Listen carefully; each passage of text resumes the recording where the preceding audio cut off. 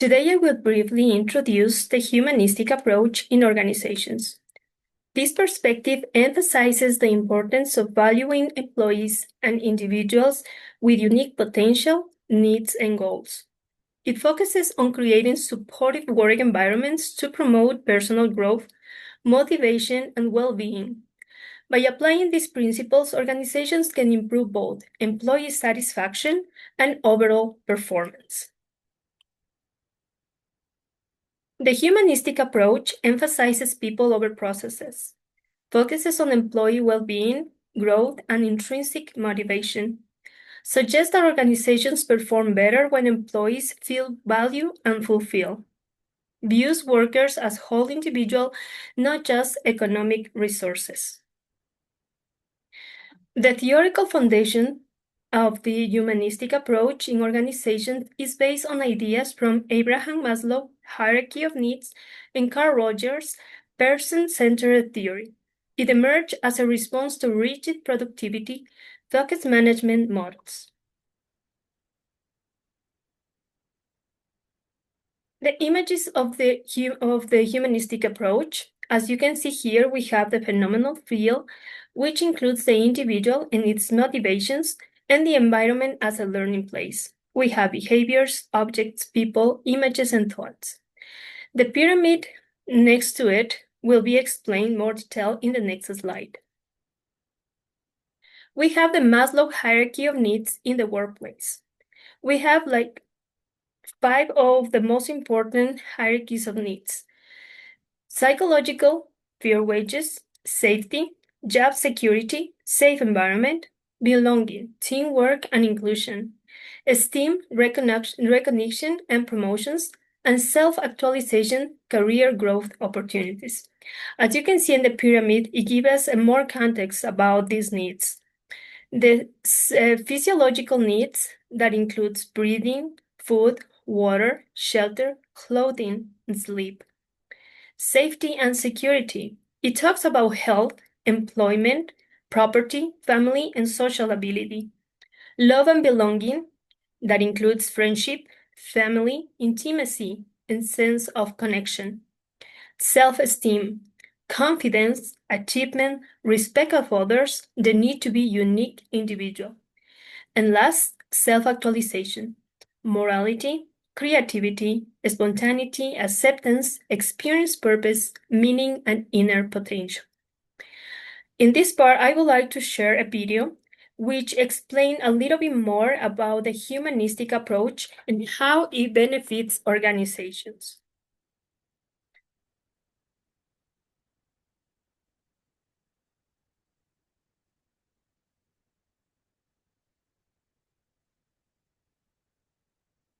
Humanistic theory is a way of looking at human behavior. It focuses on the individual's unique experience and potential for growth. This theory became popular in the mid-20th century. Two main figures in humanistic psychology are Carl Rogers and Abraham Maslow. The basics of humanistic theory. Humanistic theory emphasizes the importance of the individual's subjective experience. This means it values how people see and understand their own lives. It believes that everyone has the potential to be good and to grow. This theory also stresses the importance of free will, personal responsibility, and self-determination. Key concepts in humanistic theory: self-actualization. One of the key concepts in humanistic theory is self-actualization. This term was introduced by Abraham Maslow. Self-actualization is the process of becoming the best version of oneself. According to Maslow, everyone has an inborn drive to reach their full potential. However, to achieve this, basic needs must be met first. These needs are arranged in a hierarchy known as Maslow's hierarchy of needs. Maslow's hierarchy of needs. Maslow's hierarchy of needs is a pyramid with 5 levels: physiological needs, basic needs like food, water, and shelter; safety needs, protection and security; love and belongingness needs, relationships and social connections; esteem needs, respect and self-esteem; self-actualization needs, personal growth and fulfillment. A person must satisfy lower level needs before moving up to higher level needs. The self and self-concept. Carl Rogers, another leading figure, focused on the self and self-concept. Self-concept is how we view ourselves. It includes our beliefs, feelings, and thoughts about who we are. Rogers believed that for a person to grow, they need an environment that provides genuineness, acceptance, and empathy. He called this the person-centered approach. Unconditional positive regard. Unconditional positive regard is another important idea from Rogers. It means accepting and respecting others without judgment. This acceptance helps people feel valued and understood, which encourages personal growth. Importance of humanistic theory. Humanistic theory is important because it highlights the positive aspects of human nature. It focuses on personal growth and self-improvement. This theory is used in various fields, including education, therapy, and personal development. It helps people understand their potential and strive for a fulfilling life. Applications of humanistic theory in therapy. In therapy, humanistic approaches are used to help clients understand themselves better. Therapists provide a supportive environment that helps clients explore their feelings and thoughts. This approach is called client-centered or person-centered therapy.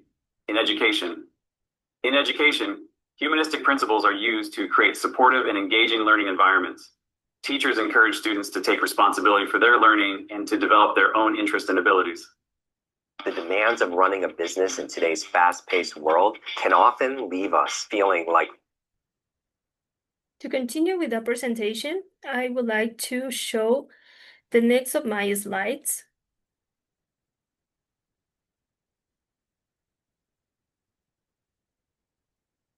As you can see next, we have the M. Rogers influence in organizations metaphor. Emphasizes on empathy in leadership, open communication, authentic congruent management style, unconditional positive regard towards employees. Leaders create environments where employees feel psychologically safe. Core principles in a company setting. Employee-centered leadership, empowerment and autonomy, respect and dignity, personal development opportunities, and meaningful work. To continue with this approach, leadership style under the humanistic approach, I think it's very essential to help employees to reach their goals and to self-improve. Humanistic leaders encourage participation in decision-making, provide constructive feedback, foster trust and collaboration, value emotional intelligence. This leadership style increases engagement and motivation. The benefits for the organization. Higher employee satisfaction, lower turnover rates, increased productivity, greater creativity and innovation, a stronger organizational culture. Research shows that motivated employees are more committed and perform better. The practical applications. Employee recognition programs, professional development training, mentorship systems, flexible work policies, wellness programs, and these practices support both performance and well-being. How it works. Employees meet regularly with managers to discuss career goals and personal aspirations. The company offers training workshops and mentorship opportunities. Leaders provide constructive feedback with empathy and respect. Recognition programs highlight individual strengths and achievements. Comparison with traditional management. The traditional model focuses on control and efficiency. Employees are seen as labor resources.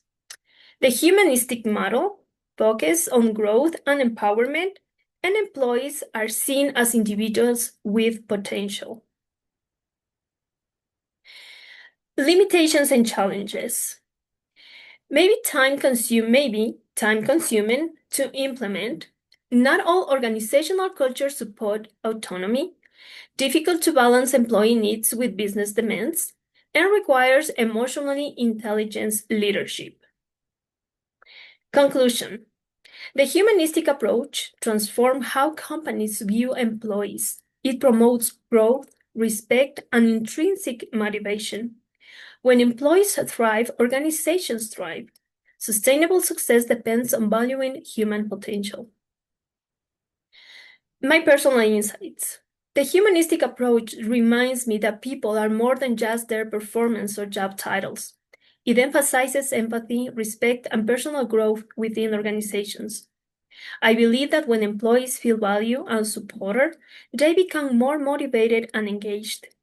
In my view, true organizational success comes from helping individuals reach their full potentials while maintaining their dignity and well-being.